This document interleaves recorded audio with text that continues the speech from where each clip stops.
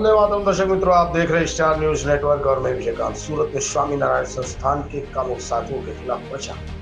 सूरत के पालनपुर पाटिया में मसाल सर्कल के पास विरोध प्रदर्शन किया। स्वामीनारायण के हरिभक्तों द्वारा पोस्टर का विरोध।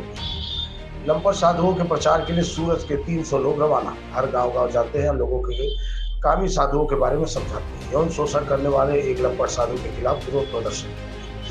साधु नौतमा स्वामी, हरिजीवन स्वामी, देव प्रकाश स्वामी, संत वल्लभ स्वामी, पीटी स्वामी, जूनागढ़ भागवत प्रसाद, विश्वदिनी स्वामी, माधव प्रसाद अग्रेश्वर जी के स्वामी, घनश्याम कंडारी के खिलाफ दुष्प्रचार किए जा रहे हैं। ऐसे कामी साधु समाज के लिए खतरा है, ऐसा बताया जा रहा है।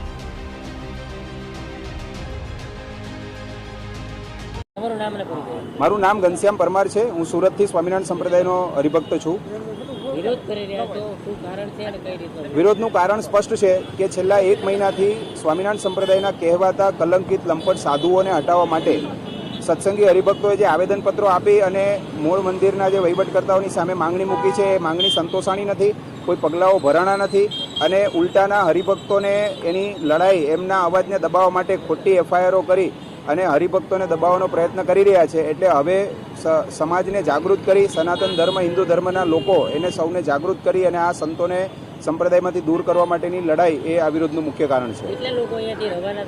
લગભગ 300+ હરિભક્તો અહીંથી 4 વ્હીલર ગાડીના માધ્યમથી સમગ્ર ગુજરાતની અંદર ગામડે ગામડે, શહેરે શહેરે, જિલ્લે જિલ્લે, તાલુકા મથકોએ જઈ અને પ્રતિનિધિઓના મિટિંગો લઈને જાગૃતિનું અભિયાન આજથી ચાલુ થાય છે।